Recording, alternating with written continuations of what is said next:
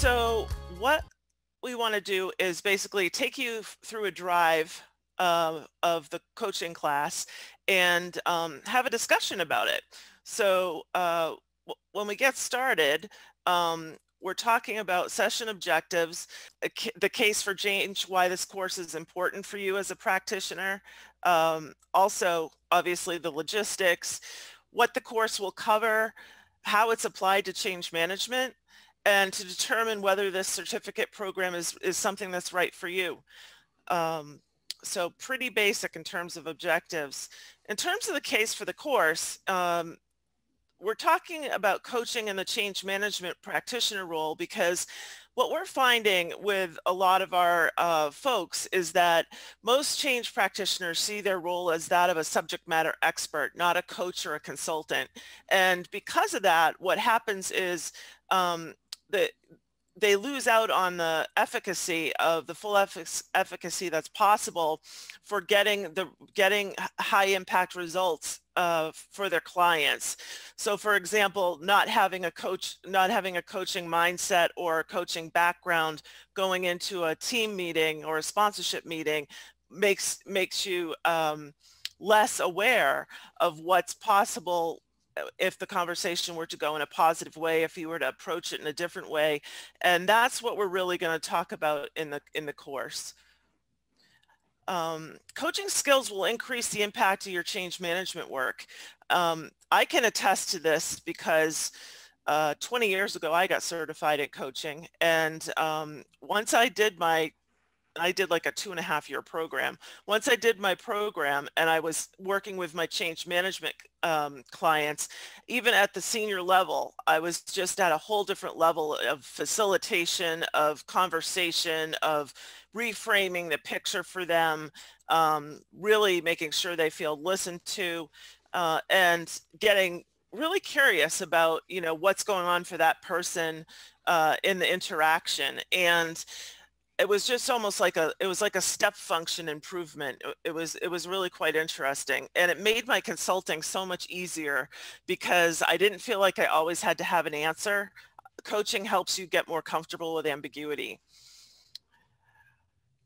And the other thing is that research has shown that while SME competence and consulting skills are important, the coaching during the change execution project increases your likelihood of success. And again, it comes back to your total impact as a practitioner, even down to, listen, I'm going to be meeting with our project manager today and we're going over risk mitigation strategy. What does that mean, and how does coaching actually help you do that? You'll find that the relationships inside the project actually go smoother and better, and people get more attracted to interacting with you. So it's quite an interesting phenomenon. So in September of 2018, the Human Capital Institute and ICF published a report called Building a Coaching Culture for Change Management.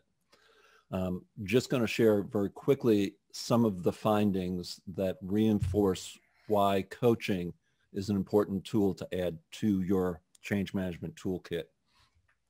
If you look at the yellow here, the yellow markers are those organizations that have been identified as high performing. They're the organizations that are most successful in executing their change initiatives. They looked at all sorts of ways in which change practitioners interact with their clients. So 75%, just very quickly, 75% of the high performing organizations provide classroom training. The areas that are in the little boxes are those different modalities where coaching is brought into practice. And again, in every case, you can see that the high performing organizations bring in coaching much more. Terry, if we can go to the next piece of this. So what is the impact of that coaching? Well, 78% of the high performing organizations say that work group coaching with a professional coach practitioner helped them successfully execute the change.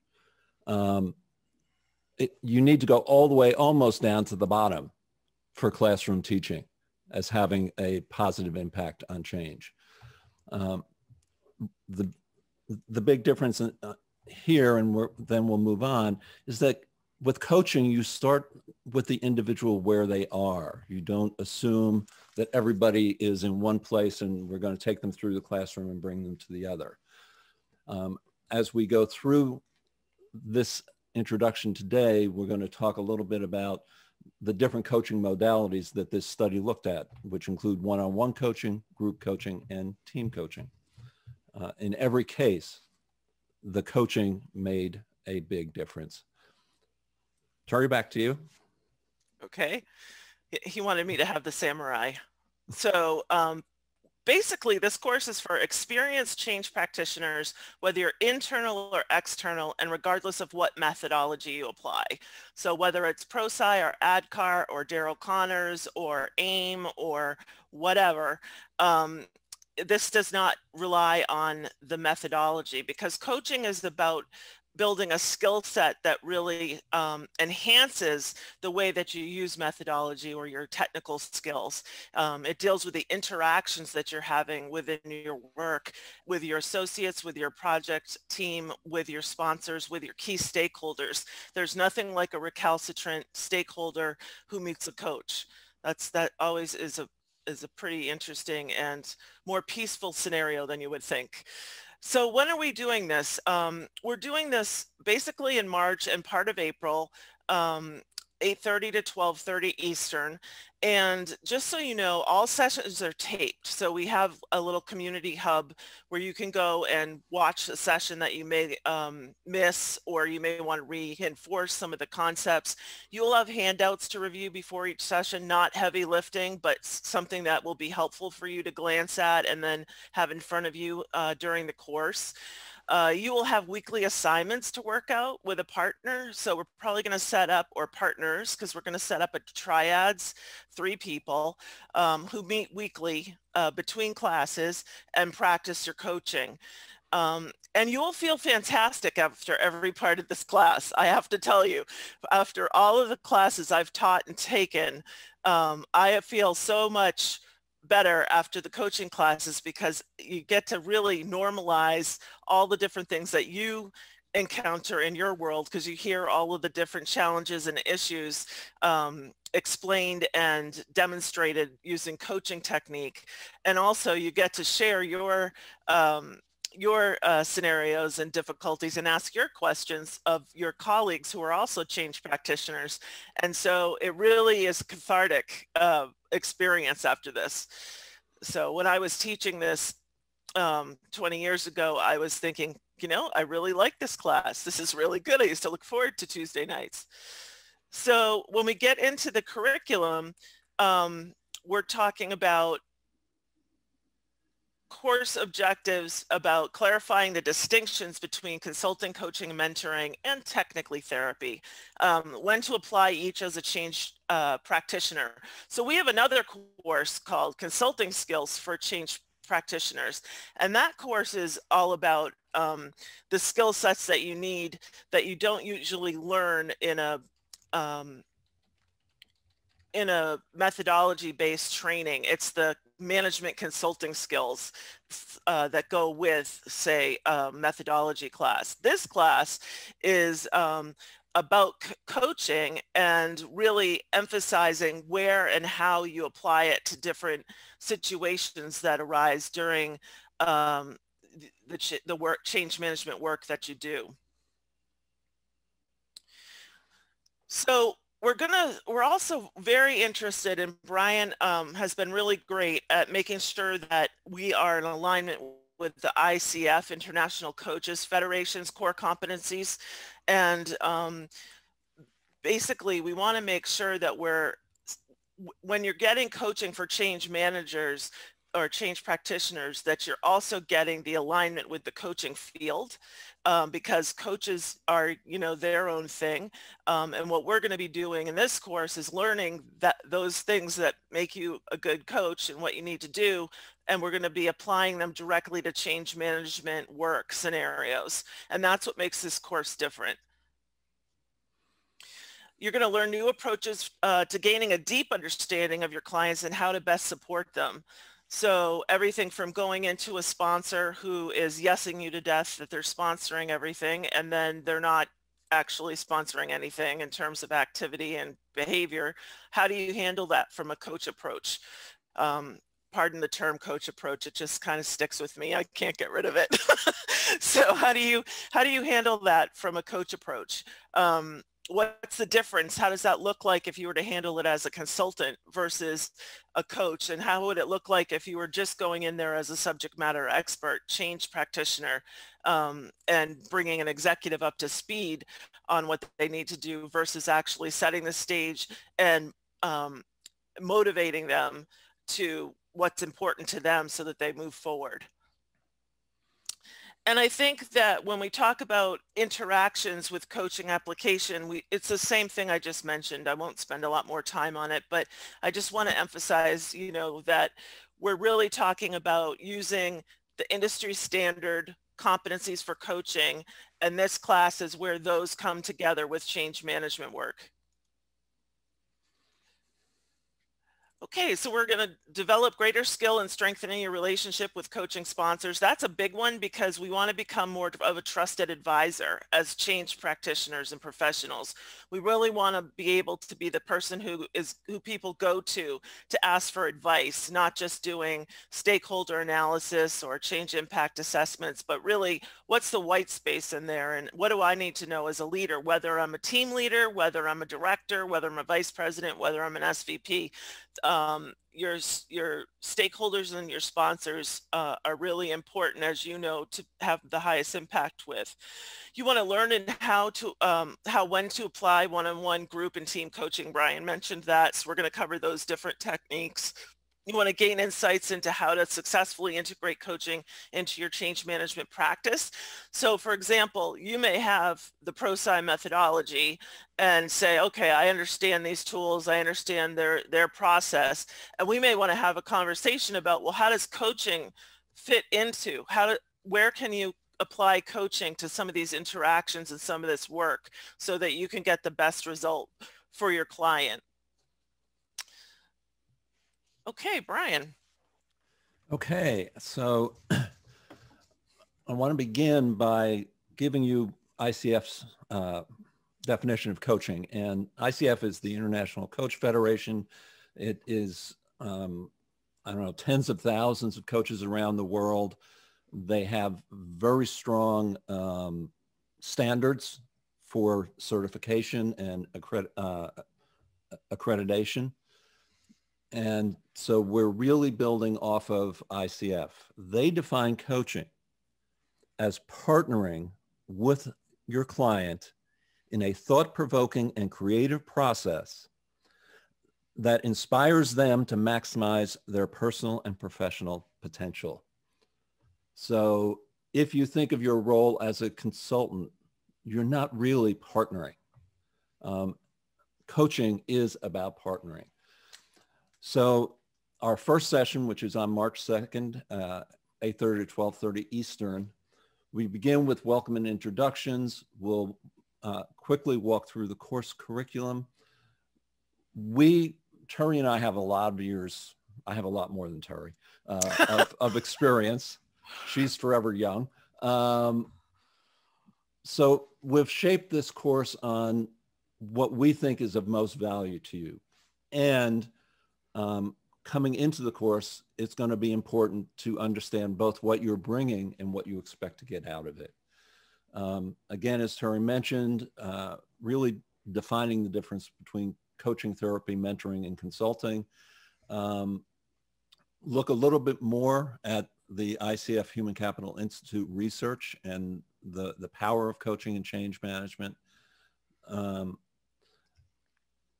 we're going to look at a framework for coaching, if you will, a coaching process that whether you're in a 20 or 30-minute conversation with your sponsor, or your sponsor says, work with me over the next 6 months to make me a better sponsor, the same process, the same framework will be helpful for you. We're going to get into the core competencies a little more in a moment. They're important because they work. I actually, with another ICF certified coach, I'm now developing a course on the neuroscience of the core competencies. But they work in helping people change. And so, again, in our curriculum, we're going to introduce the competencies in the first session, and then we're going to dive more deeply into them as we move through.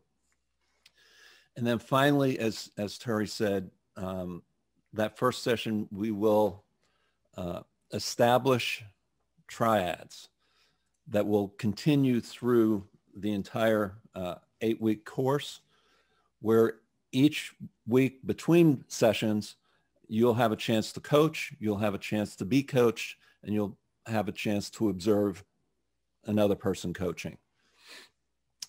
So if we can move on. Our second session starts with core competencies. At the heart of that is being ethical and ethical practice. We're going to spend some time with Judith E. Glasser's model for building trust.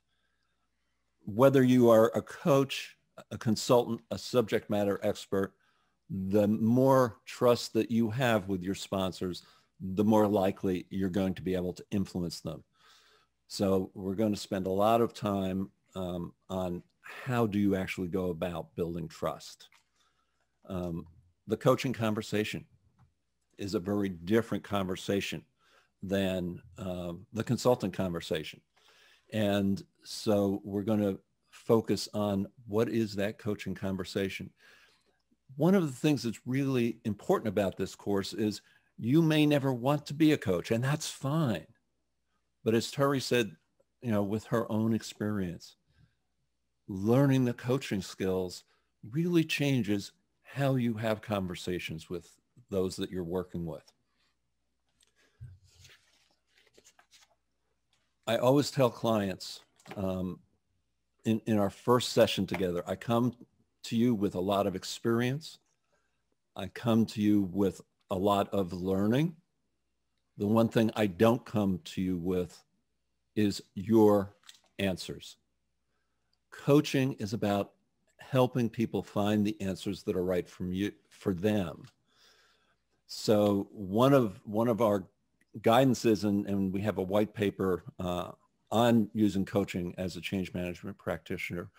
One of our words of guidance, if you will, is coaching is the right tool to use when the sponsor has to own the answer.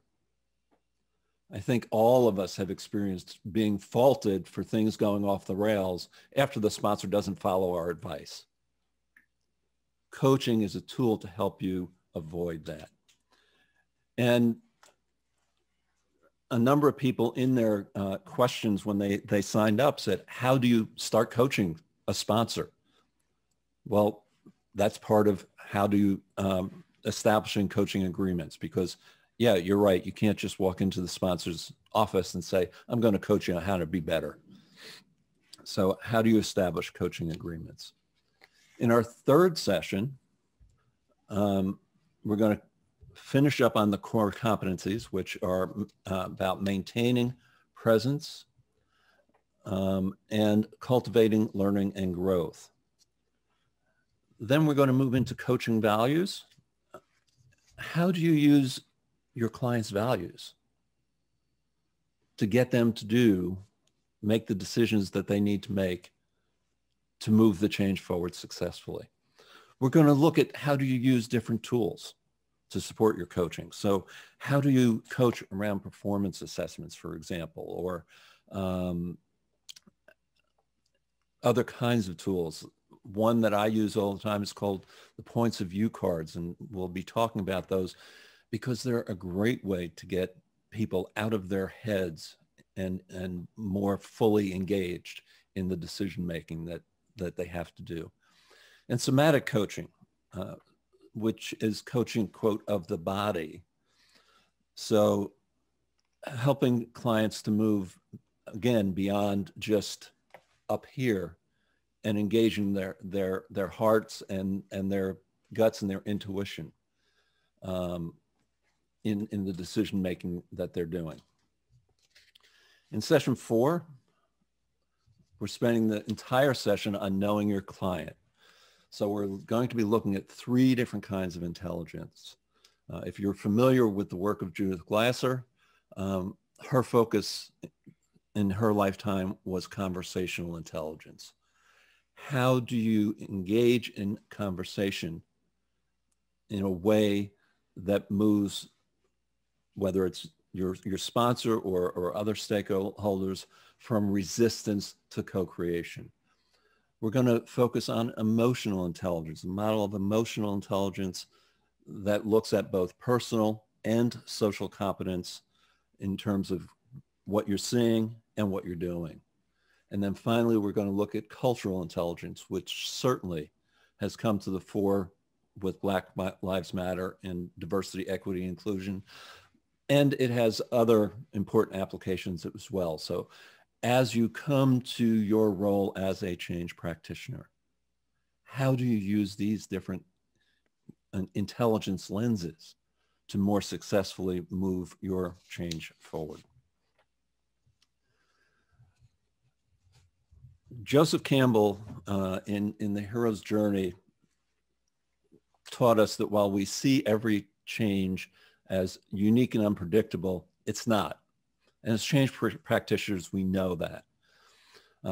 We're going to introduce you to a model based on the hero's journey that applies lots of years of change experience and neuroscience, again, to move, whether it's a one-on-one client or a global organization, through change.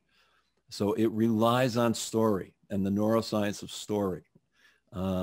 What you need to do to prepare for the change, again, as an individual that you're coaching or as an organization. How do you plan for the change journey? What's important as you're moving through the change with your client, and what to expect when they achieve the new reality. Terry? Right. So in terms of session 6, this is where we're going to spend the time talking about coaching change sponsors. And we're going to apply core competencies to the sponsor-practitioner relationships. This is where we'll try on the role of trusted advisor using coaching skills and approaches. This is where we will differentiate coaching approaches from consulting approaches in working with sponsors in the trusted advisor space. We'll deal with tough sponsor challenges. Again, whether they're getting it or not. Are we consulting and telling them the answer, or are we coaching and really helping them figure out the best answer based on what they believe is true and where their business objectives are? How do we do that? How do we help them to reframe a difficult situation in terms that they can relate to and make choices about? So, okay. I thought there was one more bullet. So that's really what we're going to be doing on the 6th. And we've allocated a whole session to that because it's really one of the common questions that we get in almost any presentation that Change Management Review offers, or any discussion. We always get the question about, well, how do I interact with my sponsor? How do I motivate my sponsor? And I think, you know, what I just explained answers that question, but also that there are different levels of sponsors, right? Because we have the senior sponsors, but then we want to cascade through the organization. So it's important to have sponsors of every level of scope be involved in your interactions with your coaching approach. And, you know, sometimes you want to use consulting skills, and you do. And then sometimes you want to use coaching skills, and you do. And when you blend the two together, you end up with a much higher impact result for your client. in every interaction that they have with you. Okay, Brian. So we're going to be covering certainly one-on-one coaching, but we're also going to be covering team coaching. Team coaching is applied when you've got a working team who are dependent on one another to achieve an objective. So how do you actually coach them to build a greater team strength, greater levels of collaboration, and greater probability of success? We're going to talk about group coaching. So a team might be your C-suite, or it might be the finance department. Group coaching is coaching with a number of individuals who share something in common, but they're not dependent on one another. So you might be coaching all of the department heads together in a group coaching session. Then we're also going to focus on virtual coaching. How do you coach when you're not face-to-face? What are some of the keys to successfully coaching online? In session 8, which is our final session, we're going to look at how you integrate coaching into your change management practice. So how do you coach when you are a change management consultant? How do you integrate coaching into the workshop facilitation and program design facilitation and all of those facilitations that you are doing? And then finally, how do you bring coaching into your classroom training in order to strengthen the benefit and the value of the classroom training as well? So we've got lots of questions in the chat box. We've got lots of questions in the that people submitted before they registered. So let's dive into questions. And Turi, does it make sense for us to come back on screen for now? You mean you don't want to just hang out with this exciting slide? Okay, that sounds fine. That's such a pithy slide. So start with the last question that came in. Will you be offering this program again later this year, Turi? Yes, we probably will be offering it in the late summer, early fall. Okay, I'm just working my way backwards right now. In the chat box, David asked about the white paper. I'm trying to remember the exact name for it. I think it's Change Manager as Coach, something like that. Something like that, yeah. David, it's if you can't find it on our website, just send an email to the Change Management Review and we'll get it to you. Betty asked, what coaching certifications do you recommend for consultants who wish to use coaching with their existing consulting work versus life coaching? So Betty, certainly this program will give you a good foundation for that. My own recommendation, and yes, I'm biased because I'm a member of ICF. I was trained by former chairman of the board of the international organization. And I know that ICF is very adamant about enforcing its standards. So if you go beyond this course, I would say any course that is approved by ICF would be a good place to go. And there are hundreds of them out there.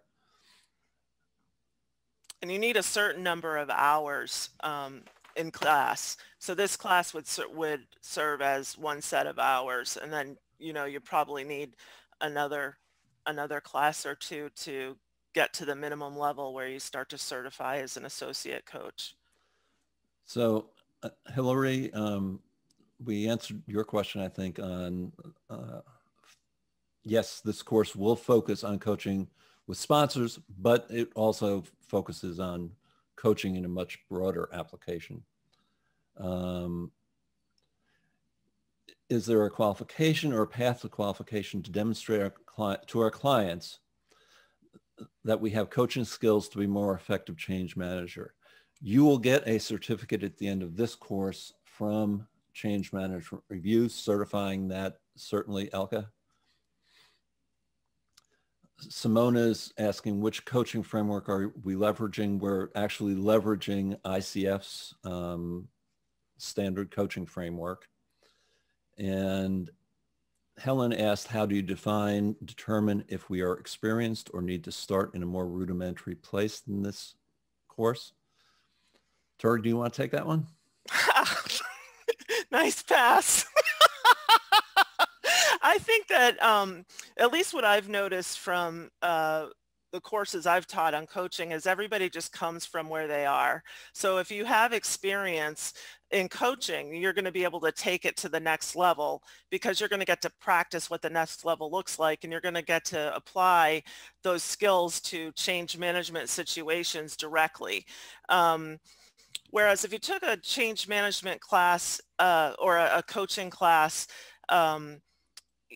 without the application of change management, I think you'd have maybe more of a repetitive kind of experience.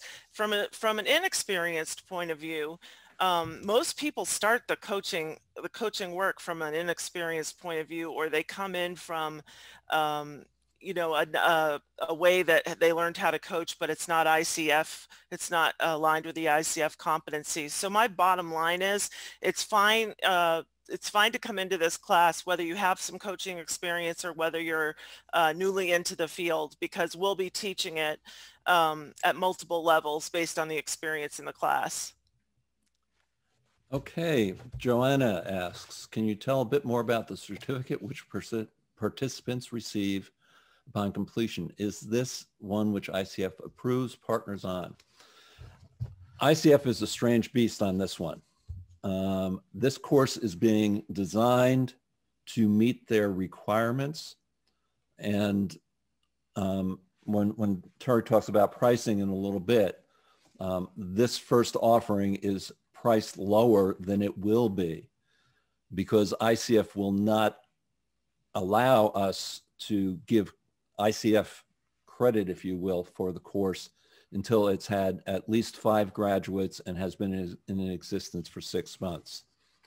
So this will certainly prepare you well for ICF accreditation. Unfortunately, the first offering of it, they will not recognize those credits. However, if you are interested in those credits, you can take the second instance of the course at no cost, you know, to repractice coaching and also qualify for those credits to move forward. So, you know, we want to make sure you're getting the benefit of the ICF credits, but we also don't want to hold up the process of getting this course off the ground. Okay, we have a number of other questions that came in as people registered. So Margaret asked, how do you coach senior executives without offending them? Great question. And again, going back to one of the things that I talked about that we'll be covering in terms of core competencies, it's about establishing that coaching agreement up front. You know, you're coming to your sponsor, your senior executives, with a set of skills that they don't have. And again, coaching is partnering. So what you're offering to do is to partner with them so that they are more successful in leading the change. And we'll get into how do you establish that agreement? How do you have that conversation? And how do you bring coaching, again, and with, you know, both Terry and I have said this, how do you bring those coaching questions into even the conversations that you have? Joanna asked in advance, how do you advise to handle and coach really difficult change sponsors who declare they are for change, but exhibit really the opposite in how they handle change and accountability of their teams? Building on my answer to Margaret's question, it may be that they're not coachable. Not everybody is. And we'll talk about that. You know, I always begin my work with prospective clients with a complimentary coaching session. And that coaching session is for both parties to make decisions. Am I the right coach for the individual? And do I feel that I can bring value to them in our coaching relationship? I remember one such session. It was very clear to me well before we were done that I was not going to be coaching this individual. And when we got all done with the actual coaching session, he said, "So what do you think? I'm a lawyer. I can argue both sides of everything." I'm not a coach to have somebody argue both sides of everything. So the truth is, unfortunately, Joanna, that not everybody is coachable. But approaching them from that position of partnering for success, and then establishing the trust that allows you to tell them the hard truths, establishing the right you have to tell them the hard truths in your coaching agreement, all of those are pieces of how you might increase your likelihood of success. Glenn asked, what are the key challenges of coaching in the change space? They're probably not much different than the key challenges of consulting in the change space. People sometimes think that they know how to do it all. And that's a challenge. Do you have other challenges to add to that, Terry? Well, even something as simple as, a project or PMO leader sits down at the team table and decides that, and this happened to me, decides that change management is so different from project management that it needs to have its own schedule and its own plan. And it's not integrated into the overall plan. And so even something that tactical, coaching can help, because you can frame questions of the person so that they can really see, logically what's best for the project. And that would be different than coming at them and saying, well, this is what I think, blah, blah, blah, blah, blah. It would be more like, so John, what's important to you about how the program plan works on this project? And he'll reply, well, it needs to be effective, efficient, measurable, timely, whatever. And you can then say, well, what do you think is going to make this timely, given we have different aspects of the project to integrate, make sure that we're all on schedule? You just have there's different powerful questions that you can ask to kind of step a coaching approach into a situation. And that's very different from if someone hires you to be a coach. So if someone hires you just to be a life coach or just to be a business coach, you'll have the skills to start doing that from this class. But we're really talking about where are the opportunities in change management work where you can actually apply coaching skill. Wilhelm asked, how are the coaching session questions to address resistance, address behaviors, get support from employees, middle managers, and more senior managers within the organization? I'm not quite sure what you mean there, Wilhelm, but developing those powerful questions is a big part of successful coaching, and that is a big part of what we will be focusing on. Diane asked, what are some key what are some key ways to get to the aha moment for sponsors or project managers to help them realize and understand the value of change management? Diane, for me, and I would love to get your answer on this too, Terry, for me, the most successful way that I have ever found to do that is to draw on people's own life experience. So, Mr. Sponsor, when you were in the town hall and you dismissed so-and-so's question.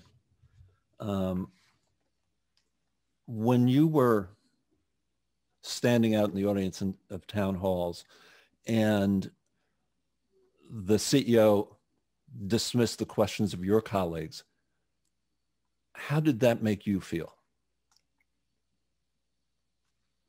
That is a strong question that gets the sponsor to say, I messed that one up, didn't I?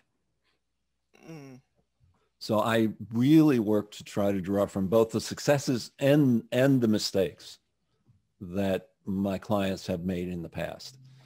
Terry, other thoughts? Well, I would just say the way that you're able to do this comes back to the coaching agreements that you set up. So for example, when I'm working with one of my clients at a sponsor level, I will, and I don't mean contracting agreements like written agreements. You can put some of these things down on paper, but I will say to the sponsor, you know, one of the ways that I'm most effective in my work to ensure that you're getting the most value out of this relationship is that I apply both consulting and coaching approaches to our work together. So let's talk a little bit about what that means and explain, you know, in consulting, I'm giving advice and, you know, it's typically you're asking questions, you're getting answers. And in coaching, what I'm doing is I'm really working with you to answer the questions yourself from a frame that actually makes the most sense for you. And some of my clients will say, okay, well, when am I going to know that you're in consulting versus coaching? I said, well, one of the things that I do, it's a little wild, but I'll just say, okay, I'm wearing my coaching hat now, you know, or I'm wearing my consulting hat. And they love that. They really do, because they feel like they're getting developed and they feel like they're getting the answer to the work that they're involved in at the same time.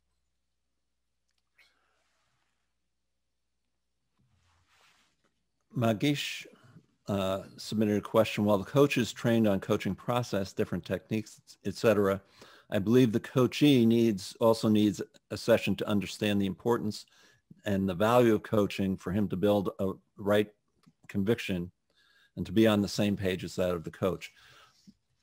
Absolutely, one of the things that we need to focus on is, and I mentioned this right at the outset, you can't just walk in and start coaching. You do need to set that expectation.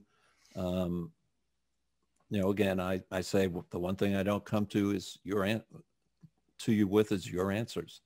That this is a process for us to explore together and to help you find the answers that are right for you. And the last question that we had submitted in advance that we haven't answered is from Alana.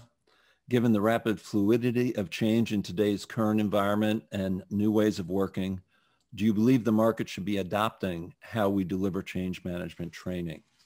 And my firm answer is yes.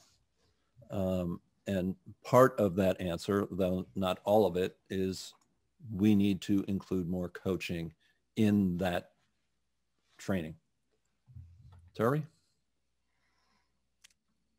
I don't have anything else to add to that. Okay. Mike asks in the chat, we're a public sector organization steeped in lean technology, methodology, good at creating change, but really working on the change management piece. Any specific challenges identified for public sector practitioners? One of the realities, and you know, going back to sort of the lesson from Joseph Campbell, Mike, one of the realities is that while public sector may have civil service rules in place, or they may have different kinds of budgetary constraints or whatever, the human element of moving through change is universal. It's you know, resistance may show up differently in the public sector than in the private, but you know, it shows up differently on the factory floor than it does in the C-suite, and it's always there. So I don't know if that answers your question, but that's the best I've got. And sometimes, as you know, Mike, there's unions that are involved. And so really making sure that you're figuring out how to communicate and get involved with those union leaders up front in the process is really important. To Brian's point, I think the human element is pretty consistent across most industries and most organizations.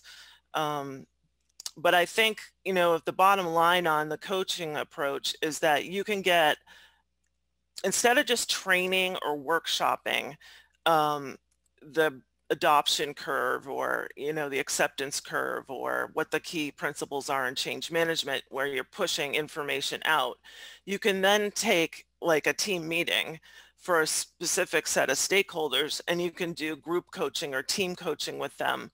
And that just helps you integrate the behavior change more deeply than if they just went to a class. So I don't think there's anything really different for public sector employees, but I think coaching will offer you different approaches to working with your clients. Those are all the questions we've received. Do we have any more? There was, does that include the ones from chat? Yeah. Okay. And one more just came into chat. Yep. In a case where the sponsor of the change, a CEO, is unwilling to be coached so that he is more humane, how do we handle that? Like I said, you know, truthfully, some people are uncoachable, and you know, it's just like learning a change management methodology. I first trained with Daryl Connor in 1988, and one of the things I remember him telling us then is that understanding how to move through change doesn't guarantee success. Sometimes it will just help you better understand why the change failed.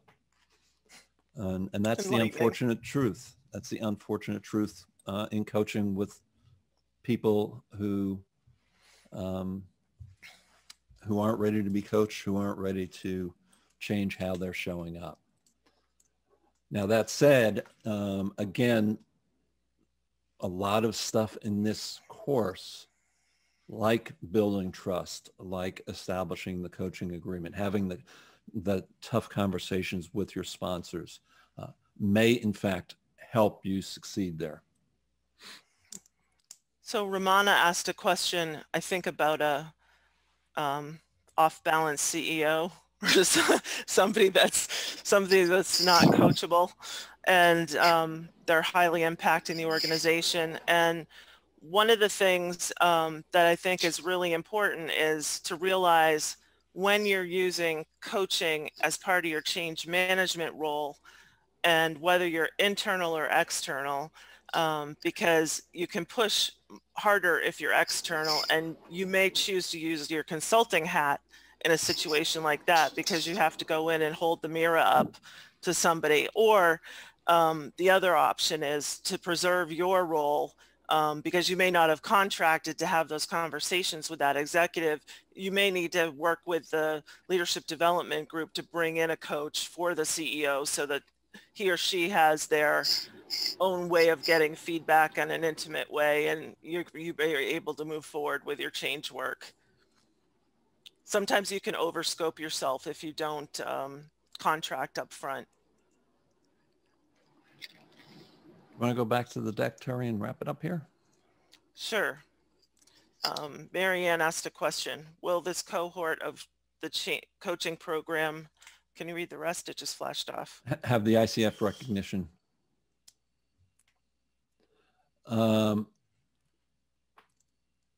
So again, it is built to do that. ICF requires that it be in existence and have at least 5 graduates be in existence for 6 months. So this first cohort is at a reduced price because it does not have that. As Terry said earlier, if you come through this cohort and then decide that you want to move forward with the ICF certification, you can come to the next cohort and take that at no cost. So there was another question, is the assumption that we're coming to this course with an existing foundation in some management methodology. This is totally independent of any change management methodology. So you don't need any foundation in a specific methodology. If you are somebody who is supporting the execution of change, whether external or internal to an organization, this is another tool in your tool belt. Right. So we're not going to be pulling out like ProSci tools and saying, you know, in the sponsorship assessment, how would you use coaching? Or in Daryl Connor's risk management, tool, how are we going to use coaching with this? Because we're not going to really spend the time on the things you can get on the web or you can get in a methodology class. We're going to spend time on the interactions and the conversations and the mostly the soft stuff that people don't usually get to learn when you're going through a more technical class. Okay.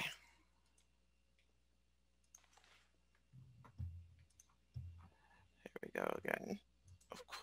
Of course it went back to the beginning. Oh, there it went. Okay, PowerPoint. So, you know, what we have here is really the pricing structure. We're asking for $8.95 for 32 hours of instruction, plus you'll have your that's an in-class instruction, and then you'll have your homework assignments with your colleagues and pre-work, and also the accessibility to see anything that we've done on recording. So that's really what we're looking at this, and you know, we're really excited about this because I don't think anything really exists right now where change management as a content area is applied to coaching, and so that's one of the reasons that we thought this would add a lot of value. So it would be great to have you join us. We're starting out in March, and you can basically go to the Change Management Review website and sign up there if you're interested.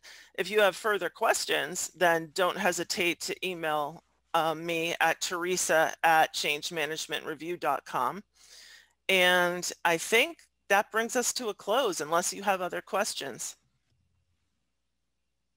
Oh, I did see one comment that, you know, how will the timing work with the practice on the triad, because I'm in the EU. Well, the last time we ran the course, we had people in Africa, we had people in Brussels, we had people in the UK, we had people in all 4 time zones of Canada, and the West Coast US as well as East Coast US, and they found a way to make it work. So you may have other, and I saw there may be other people in the EU that you could partner with and, you know, maybe figure out a time with, but in general it was able to be done. There's one more chat. Oh, thank you. Okay. If you have any questions, please don't hesitate to get in touch with us. And thanks so much for your time. Thank you. Take care.